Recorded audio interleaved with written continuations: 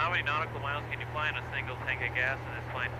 Well, you get about 5 hours of flight, so 500 miles.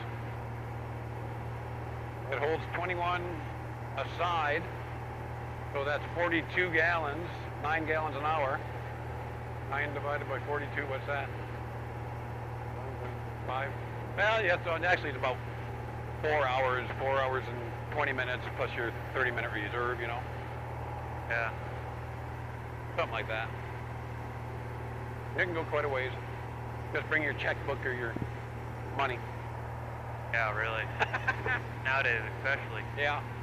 Actually, it's still fairly economical. When we go to Winthrop, it's 1 hour from Renton to Winthrop Airport, exactly. So it's 9 gallons times, say, 7. 9 times 7 is 63.